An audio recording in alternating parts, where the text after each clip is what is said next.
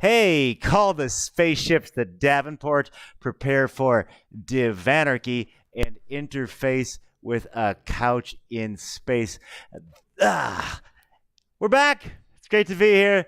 I mean, if I wasn't here, I would plummet into the sun or something. So, yes, I'm happy to not only speak to you, but be live. Oh, DJ D42 on Twitch. First, I'm seeing on the chat room today, prize to you. I haven't figured out what that is yet or how that game works.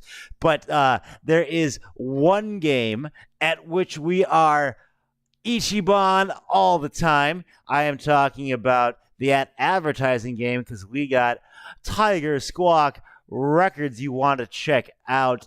Navigator from Duckbag TM. It's really, really great. Melting Rust Opera, different places. Just the craziest industrial. Brain Games, that's the Gospels and Big Time Kill. You want to check out the Nightsicles. We did it. That's Nightstop from Finland and me.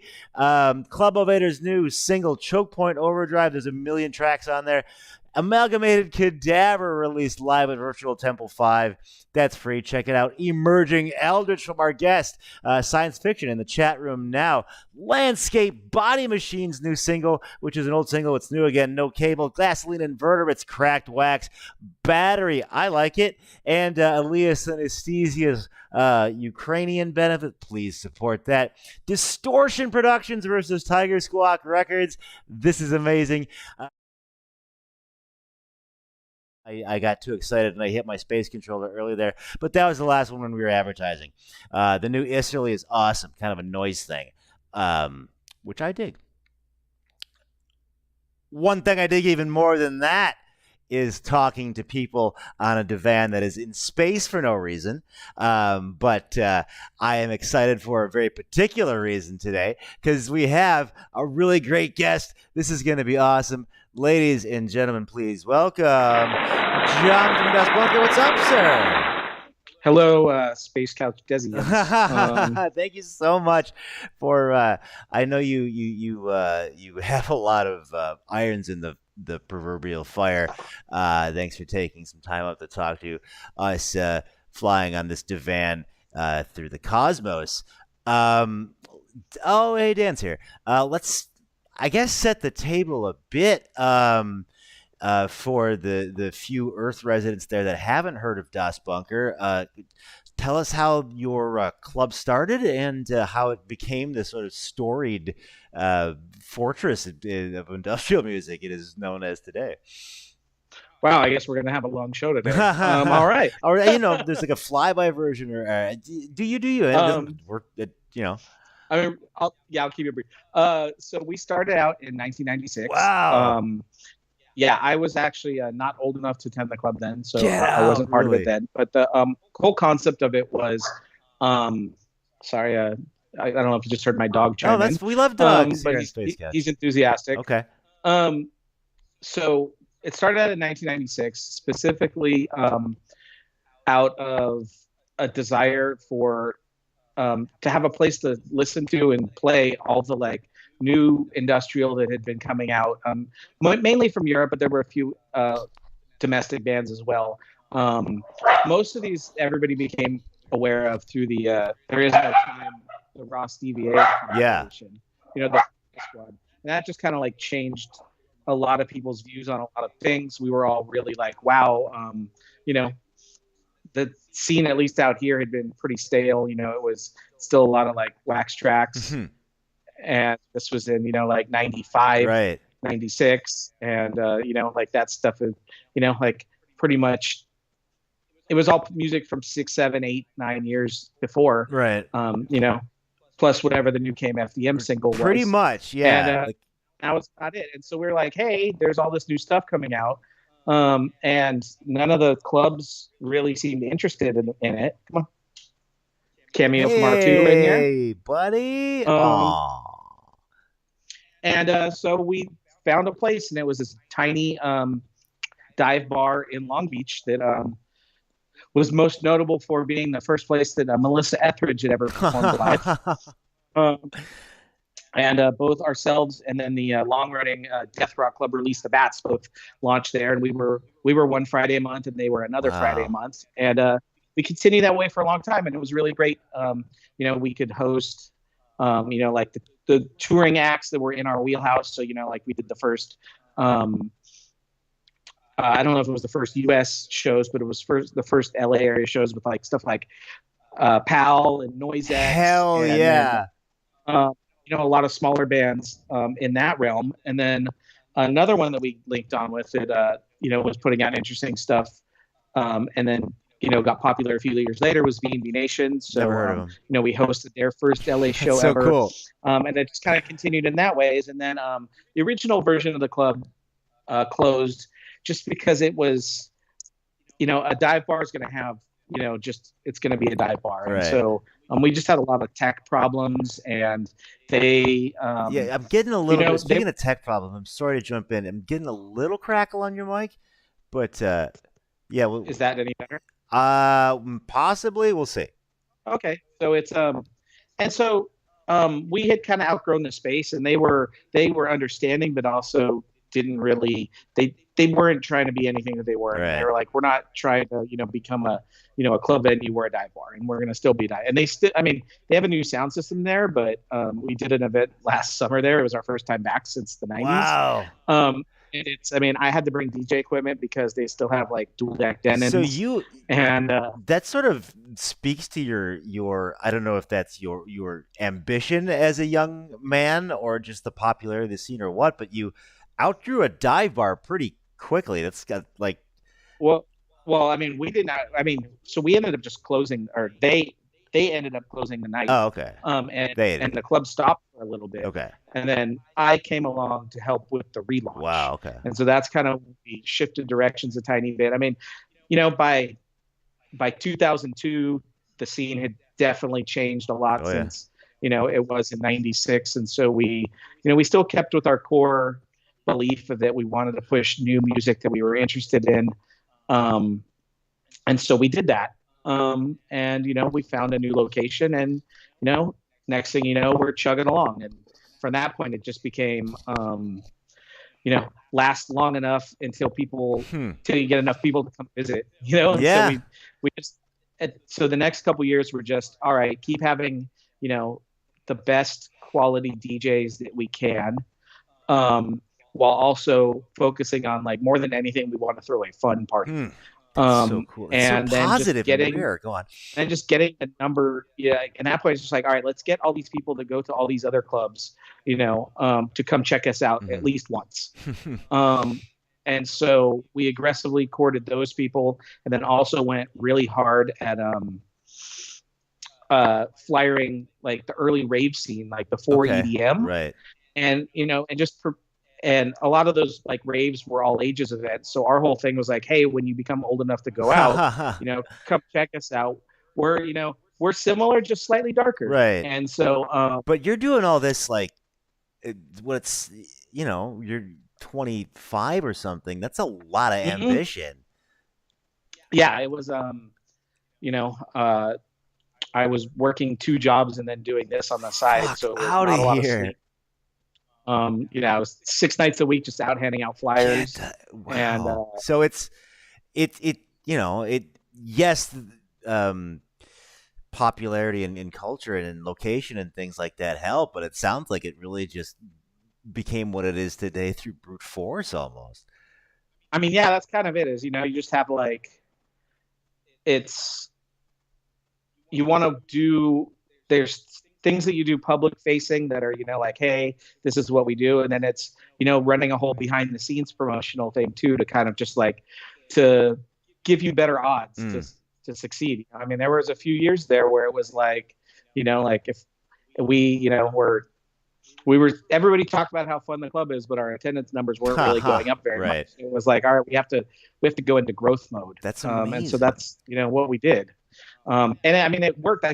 We had people who went to our last party who were like, "Oh my God, the party's everything that I heard it was in high school." Right. And we still get people who ask if we still run every Friday, and like it's been 9 years That's since that happened. So like, or 8 years. So it's like, dude, you haven't been to the club in over 8 years. And they're like, well, I got busy with life, and I graduated college, and it's on one end it's good that we have that lasting realm, but it's also kind of indicative of the goth community, how they're a little bit, they're not really early adopters for the most part. You have to really, they want to jump on something that's established. That there is that quality. Yeah, it's a little bit. And go on. And you just have to work around that. Okay. It's that's not new. It goes back to our founding of like, hey, it's 1995 and we're still dancing the Headhunter. Right. And to like, I mean, you still see it today when people talk about air quotes new goth bands they like, and they'll mention an artist whose album came out 10 years ago. Right. Or the other way, which is I'm old enough to have seen the scene or die, air quotes, 18 times and reference it's not like as good as it was insert year here, but in that year I was there too, and it's never as good as it was right. I mean, people told me that the scene was dying the first time I ever went to a nightclub. Right. And I mean, I think it's as strong now as it's ever been in my lifetime. That's awesome. It's very different. But as far as just the quality and the quantity of music that's coming out and the enthusiasm for things, I mean, Boy Harsher is doing numbers that, live attendance numbers that no one in my lifetime has ever done. Right. But it's like, hey, it's our buddy Boy Harsher. Like, I never met him or anything, but they would play the Inferno in Madison. And then you hear people who like, oh, I should check them out. They're one of the new bands on my list. And I was like, dude, right? Like, well, but you glad you could make it to the party though, right? Like, thank you. Yeah, totally, of course. But it's the party specifically at Das Bunker, the giant club. I will confess, I am on the other side. When I'm on your planet, I'm on the other side of the continent. And have only been in there once, but it is labyrinthine and ginormous. Very impressive space. The labyrinthy is kind of like really what sets it apart, in my opinion. Is it's like people who are there for the first time can spend the whole night just looking for the different things. You get people who are like, hey, where's the noise room? I couldn't find it. It's so crazy. So the noise room. It's just so we'll just go into plug mode.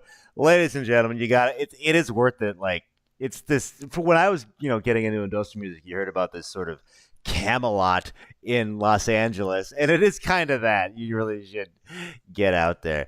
Go on. Oh, I thought you were going to say this. I was going to ask.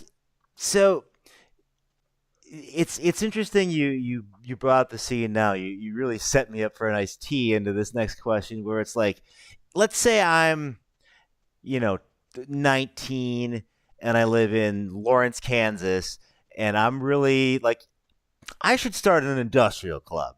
What's something I might not consider, like tax codes or security? Like what threw you for a loop, or what might throw somebody now, do you think? I got pretty lucky as I kind of got my start working for other clubs. Working. I'm not implying there was payment involved by any means, which everyone should get paid on a thing that makes money. But regardless, I didn't. But I learned most of the aspects of the club. Okay.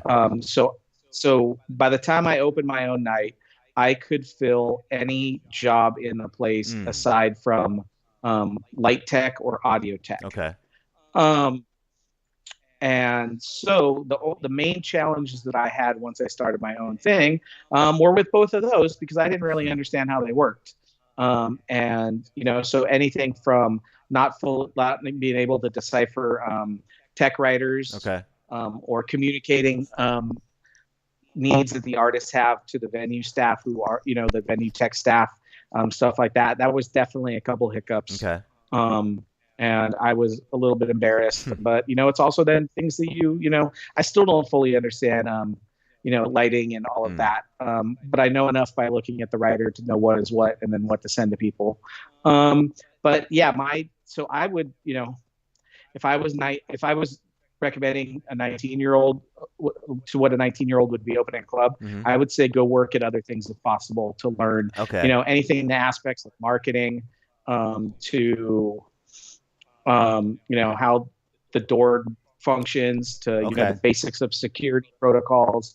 Every city has their different rules by like how many security guards you need per people in the venue, and then at least here that changes. So if you're over 21, then you need fewer security guards. If you're 18 and over, you need a different number of security guards per person. If you're all ages, you need a ridiculous number of security guards. Really? Okay. And it's just stuff like that you don't plan on. You're like, what do you mean I have to hire twice as many security guards? And you'll blow your budget pretty quickly if you're not planning for something like that. So it's my advice would be to try and, I hate to suggest interning, but if that's what you got to do, that's what you got to do. But genius. Like I wouldn't have that information otherwise. It's not like they teach it in school. Like it's exactly.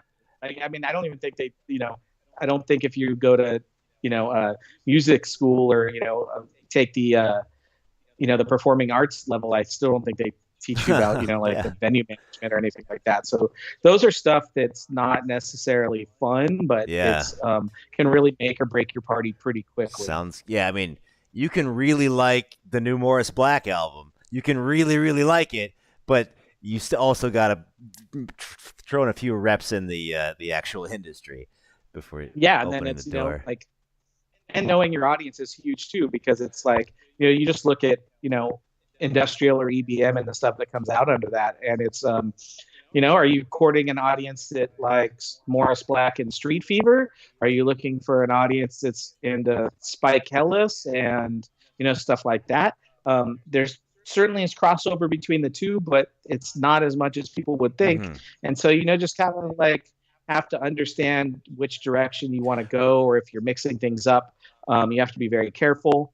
Let me pause you there, because it sounds like you wanted to go into something I want to talk about, because your advertising, if that's the word, marketing brain needs to be sent to the Library of Congress. It's like your innate ability for that is amazing. Do you just sort of sense where trends are going and be like, let's do a Star Wars night, or it sounds like you do a lot of active marketing research, if that's the right phrase to use. I do, but also I've just always generally been really curious about new stuff. And so I naturally kind of gravitate towards, the early adopter era. And I'm jealous of my friends that are always on the trends before I am. Like I have this one guy, Eric, who used to be one of the people behind the art gallery Show Cave in LA. And this dude was on every trend, like years, and every cool new act years before anyone else. Like he was the one who was sending me Gustavo Stein, like awesome, like 7 years before anyone else had heard of it. And they had the first Light Asylum show in LA, and they had the first Chelsea Wolf show in LA, and they did all the Witch House stuff, like before anyone heard of it, So White Ring and and all these guys in these like in this dodgy art area with this crazy art gallery. Does that band have a triangle in their name? What the fuck's going on? Yeah, this was like they were already like shut down and closed like years before anyone else even heard of these things. And this guy's still, like, now he works in the fine art world, which is also it's a good skill. I think he's making a lot of money for somebody by identifying things in that world that are going to be popular in the future. But I still see him out at weird shows, and it's like even in like the rock world, he's like, oh, you should check these bands. I was like, that's the worst thing ever. And then like 5 years later, they're on Coachella, and I was like, okay, like wow. Eric did it again. That's you seem to have a dusting of that yourself then with the yeah. So, I'm at least in like I feel that I understand the industrial and EVM and synth world pretty well, and so when I see things that are interesting to me, And then you can kind of see, is this gaining traction? Is this not gaining traction? You know, Mm-hmm. we've certainly pushed things that not necessarily I thought was going to go anywhere, but that we thought was cool. Mm-hmm. And, like, I wish that more of our crowd adopted things faster, Hmm. but I feel that we definitely have turned a lot of people onto a lot of stuff Hell yeah. a lot earlier than normally would have. And so that's kind of the world that we start in, is like, okay, like, if all you're trying to do is what everyone else is doing, Oh. and what's popular, you're going to constantly be battling big corporations that are a lot more well funded than you Oh, are. that is And that's never really good for that's sage. the independent voter. Um, so if our whole idea from the get go was like, hey, we're going to be the place for new music. We're going to be the place that, like, champions this stuff. And, at least we're in a spot now where, like, with just the way the internet works, Mm-hmm. and, the way the music industry is things can ramp up a lot faster now than they used to. Okay. And so, like, we can book acts that we think are cool, that are fairly new, and, put them in front of a good audience. Well, to Um, that end, and you don't need to divulge any trade secrets, but having seen like 1,000 billion shows, like, what do you think? Like, what does the mighty John Giovanazzi see as coming on the pike? I mean, right now, I mean, at least out here, the biggest thing right now is post punk. Okay. Like, and that's been growing for a few years. I think it's pretty close to its peak. There's just the amount of post punk shows that we have coming through and that are successful is so wild. Cool, man. And just having seen things go this way before, I have a feeling that people are going to get a little bored with it and move on. Okay. If not this year, probably early in the next year. And you're already starting to see some of that, like, a lot of the acts in that world start to diversify. Mm-hmm. And that's also usually a good sign that a style has peaked, because they're kind of recognizing that, all right, we don't really have a whole lot um, of other, directions to go after this. So let's kind of, like, you know, let's That make is our own astute. identity. Oh, that's interesting. Wow. So when somebody starts busting out a klezmer, you're like, this might be done. I also think that we're going to start seeing more elements of hyperpop creep into industrial. Fascinating. Um, Okay. you're starting to see a little bit of it already, with the bands that kind of, like, straddle the line between, the EBM industrial Like a world and the churches kind of queer thing, you dance music thinking? world. No, I was thinking, more like stuff that like the Pixel Grip is Oh, doing, word. or I like, just saw them in Providence. They killed. yeah, the phenomenal. You can catch little bits of it in Spike Hellis's stuff. It's just that very, like, genre mixed, high energy, like, all right, what's Mm-hmm. going to make the crowd go nuts on the dance floor kind of world. Mm. And I mean, I think that has a head start, because if you're like, okay, let's make, club music that's fun and high energy and people get hyped for, like, that's, a pretty good place to start in general. And you're starting to see a little bit more of that just all over the place, like little bits and pieces of, stuff. It's kind of like, if you look back at how future pop came about, it was, like, okay, let's take epic trance and mix it with, you know, Mm. industrial, music styles, and, like, make it our own. And, like, that's what I think the next thing Okay. is, and it's also a lot of intersection too, from, like, the German kind of industrial techno Yeah. slash techno EBM, because that stuff is still massively popular too. But there's also, I think that's getting a little burnt out. There's so many, just, like, really great EBM dance tracks, Mm-hmm. EBM dance Right. tracks that come out that, like, just don't have vocals, and they're just, it's EBM style sounds, but in a techno world. Okay. And you're starting to see people backing, the audience getting a little bit, just tired with that, Uh-huh. because they're looking for, okay, we did this for a while now, what's next coming? And so when you see people adopt aspects of that style, but then, make their own thing out of it, that's, you kind of end up with Pixel Grip. Okay. Cool. Um, and and other stuff like that too. Like I think there's going to be a lot of growth in that world soon. Well, speaking of mix and match, exquisite corpse style, you have embodied that a few times by running Das Bunker festivals. I mean, the guy just cannot be contained. I mean, not only do you run a club, but a full bore festival. What's something that again, somebody might not expect you running a festival, and how do you curate this? Every festival I go to, the guy in the urinal next to me is either bitching about it's all the same bands or it's all bands he's never heard of.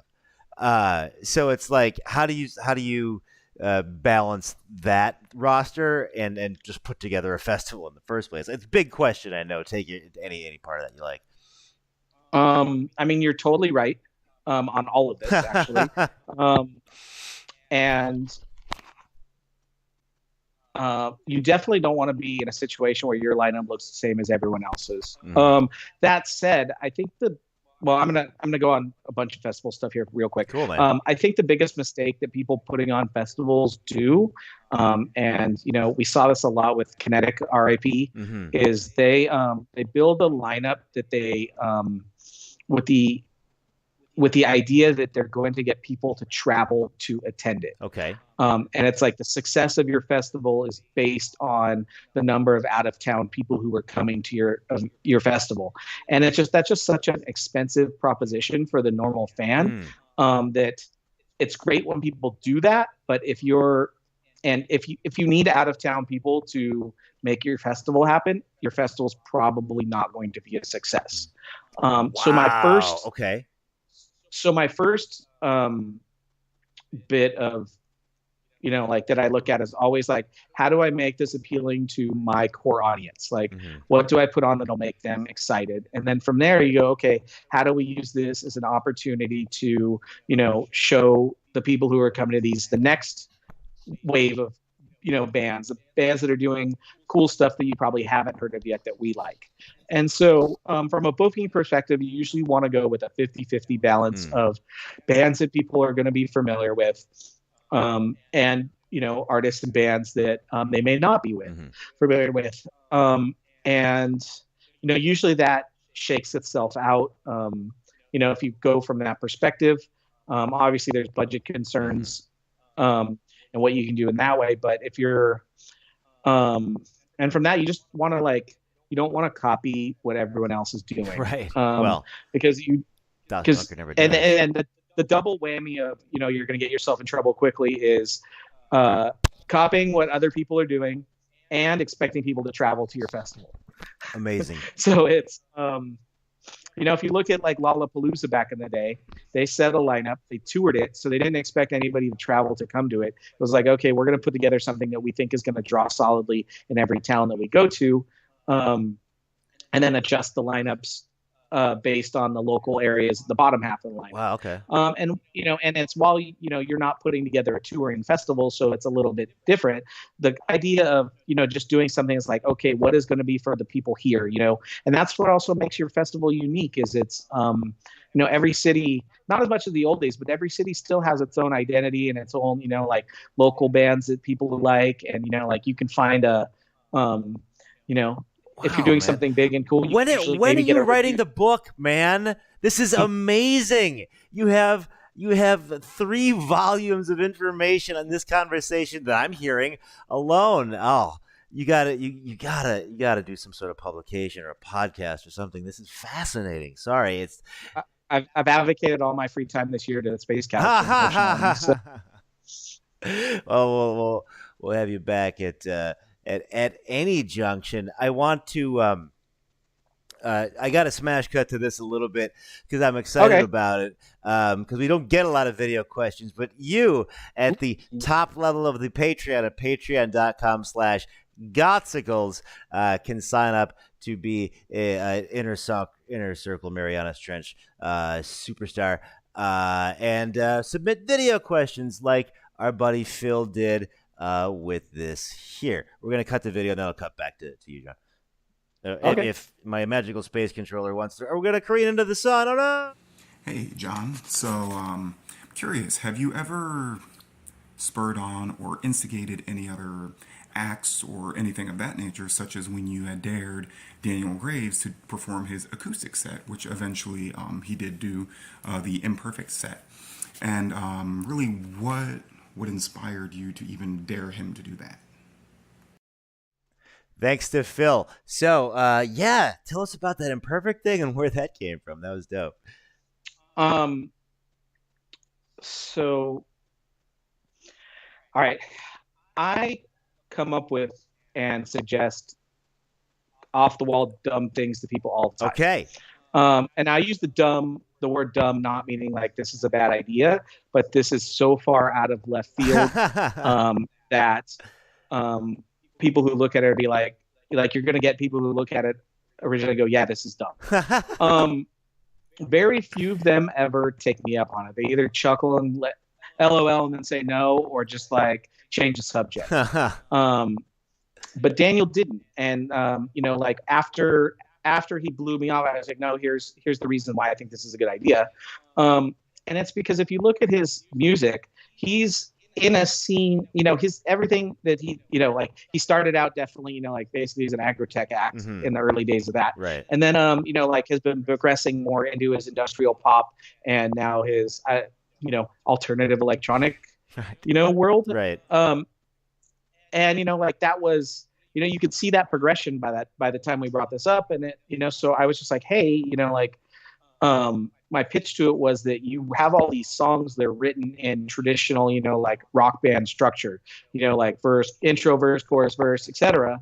And you have a, like a enthusiastic core of your fan base, like really, which now he really crushes on his Patreon. I think he has 1,000 monthly. That's awesome. Subscribers or patrons. And so I was like, hey, this is you have, and it's in your hometown. Like you could absolutely, make this into something. And, he thought about it. And then, one of his close high school friends is this Marcus and the Howlers. And he does like kind of like throwback 1920s style music. Okay. Like he's in the jazz band at Disneyland. Wow. And, okay. Has like a, like screwing around. Yeah, and so like he DJs like 1920s music at bars and things, like speakeasies and things like that. And so he recruited him and a couple other people, and we like borrowed a piano from one of our regulars. Wow. We had this crazy Eastern European dude come in and tune it. Because after you move the piano, you have to tune one. This is something I learned. Okay. If you want to go back to like things you should learn, before you start doing events. Well, if you ever book a piano, you have to tune it after it's delivered. Okay. So it's knowledge has increased. Yeah. So it's we just made the whole thing happen, and it was, and then it was expensive and time consuming to put on. So that's where the idea of recording it for an album came in. And yeah, it was like the party was sold out. It was a lot of fun. And, it's an idea that, like if you, take a step back from, where you're at and kind of just survey, the situation, like there's some interesting outside the box ideas that could pop up. And, oh God, I love that. That's, we need your brainwave patterns as like it, there's do and do not reels. We need like the do reel, just like this is how people should be. Real quick, I know I've told the story on the podcast, I think before, but like, I do love it. One of the best reviews I ever got as the Gossicles was a negative review of Aesthetic Perfection. He didn't like he said the I don't like the new Aesthetic Perfection. The guy sings like the Gossicles now. I was like, yes, that's amazing. Like, because Aesthetic's so good. Like, fucking just to be on the same page with that dude was like, it was over the moon. Also, my first introduction to the Gossicles was live, and it was a bit of a, I wasn't expecting that. Yeah, there is an arc. There is an arc to our live set. I don't know I think I'm in. Okay, I see I can see it on people's faces. We've got a little bit of space gas left in the space tank. But you and I were talking about this before the show, and it sounded so awesome. I want to make sure to get it on the air. Uh-oh. Well, no, we have the concept of what one gets for your VIP room and how it will be used for your upcoming very well themed event for us here on Space Couch. Oh, right. So yeah, so that was just we started doing, like either express line tickets or VIP, I don't like to call them VIP because I don't like to insinuate that one, patron is more important than the others, but it's more like a premium experience for people who are willing to spend it. VIP is my word, but and that's just, to be real, like a large part of our, audience, like in general, like the goth, industrial, whatever world, are kind of frugal. Right. And boots are expensive. Not just boots are expensive, but if you look at what, like what a nightclub costs, like for a normal nightclub versus what a scene nightclub costs to get into, and what people are willing to pay for that experience is drastically different. And, fascinating. You always get the goths who say, but we spend a lot of money at the bar. And it's like, I guess you consider, compared to the ticket price, yes, you spend a lot of money at the bar. But compared to the normal mainstream audience, no, it is night and day, pardon the pun. And you don't want to have that conversation with people because you don't want to bum them out. Sure. But it's just be real. Like that's a big portion of why it's hard to do goth, industrial, et cetera, nights at regular, clubs that other mainstream things happen at. And it's not, like people always be like, oh, well, they didn't like our crowd. They didn't, like we were too weird for them. 95% of the time, that's not it. It's just you guys don't bring in enough revenue compared to what they could replace you with. Right. And that's always why, at least in our world, that's why, goth nights ended up either on weird nights of the week or, outside of entertainment districts, or, like at sports bars that then get decorated with camo net. Yeah. At 10 p.m. And so our answer, and like we're now at a very, nice, well-equipped, modern state-of-the-art nightclub. And so to make the finances happen, we needed to significantly increase our average ticket price and our per head ring at the bar as well. So what we did is we don't promote it too heavily, but we have an area that's like, hey, if you want to, and usually the carrot that we use to draw people in with that is, the express line. Like, hey, do you want to spend 5 minutes in line instead of, potentially 40 minutes in line? Wow. You can, an upcharge. And then we throw some additional things into that. And what that does is the general admission patron doesn't really know anything else is happening. They still get the full club experience and all the performers, et cetera. But we do have an area where you can go and buy like a nicer, higher end cocktail that takes longer to make, that isn't just the standard club bartender trying to turn over as many drinks as possible because there's a big line. And, there's usually some kind idea. of, like, it's like a little bit more of a chill area. So you can go and like, take a breather that isn't on the smoking patio. And we usually, include some kind of like gift or incentive or collectible in with that. And what that does, get stuff from the club. And so what that does is we could still do our club and get big numbers. And we allow the general, the GA ticket is now, still very reasonably priced. While we, can also pay for the club because thanks to the people that are willing to pay, triple to not wait in line and, like go to a quiet bar that, has cocktail shakers and, elaborate garnishes and things like that. That's amazing. It's kind of like your Patreon tiers, Sure. I haven't checked out yours specifically, but like the few that I know, like, for a couple dollars a month, you can get, like, hey, you'll hear this band's demos or, like before they come out, or you can ask questions. And then, the higher levels of Patreon, if somebody's spending, $20-$50 a month or whatever, they get, like personal access or, like backstage things and like that. So it's very similar and inspired by that. Well, where it's, you can, the people who are willing to, pay a premium price help fund everything else. Well, yeah. And you can try all the Jedi mind tricks you want. You're still gonna want to use that premium price at the Hey, upcoming. What's that? we're not booking any rappers, so Jedi mind tricks will not be Ha there. ha ha ha! I was trying to tie it into your upcoming Star Wars event. I fucked it up a little bit, but that's okay. These are the droids you're looking for, though. You want to check out the upcoming Das Bunker Star Wars party. That sounds pretty dope. Yeah, and if you want an exclusive, the next DOS bunker after the Star Wars party, which is this Friday, is going to be our anniversary in October. And for the first time in a few years, we're actually doing a multi-day event. Multi-day event. It is we've announced the second day, which is Covenant performing Sequencer, and then like an hour of stuff after that. And that's going to be good. We have Body of Light playing with them, which we got really lucky. We just happened to catch them. They have to fly out of LA on their way to the European tour.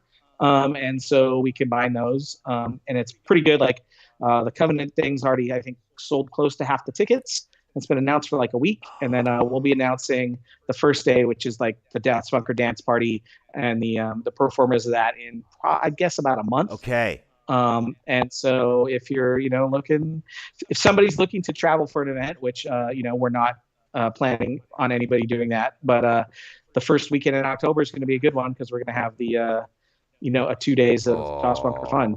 Ladies and gentlemen, you heard it here on a couch in space. You want to be in the LA area for Das Bunker first weekend in October. It's going to be amazing. Sequencer live alone sounds no app. Yeah, it's the Covenant's doing a tour, but I'm pretty sure we're the only one where they're doing Sequencer. Oh, awesome. Well, we are on a rogue flight path out here in space. I'm going to bring this flying couch back on into the station shortly. But we can close a Ruski on this or any closing thoughts you might have. What's after literally doing this since before you could attend? What's something that still brings you satisfaction in your job? And the actual event, like just seeing people like lined up and excited to go into something that you helped put together is, people there for their first time or seeing, people there or the kids of people that used to come to the club. It's there's just so much, you run into people you haven't seen in a decade or, it's everyone's different and everything is, it's just, it's 5 hours of finally feeling like everything's come together. Oh, thank you for sharing that. That just, I could feel that coming off of our space screen here on the main console on the bridge of the space couch. I've got a few drops of space gas left. If you want to have any closing thoughts. I think that you've all right. covered so many good things. I was just happy to be here on the voyage. Come on, we will charge our solar batteries. You are welcome back at any point in time.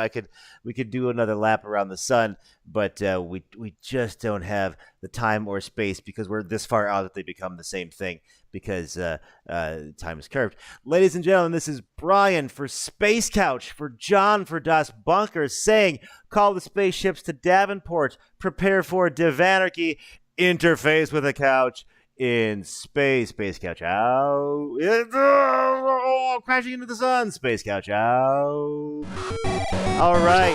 Okay. So I let the audience hear us banter while the ending credits go. But yeah, sounds good. Yeah, I knew this was going to be a good interview. I think this is the first time PAL has ever been referenced on Space Couch. Fuck yeah, PAL. People should talk about PAL way more than they do. Oh, God. That's the Space Couch bumper sticker. It's going to be a logo, and then people should talk about PAL more than they do. Listen to PAL. All right.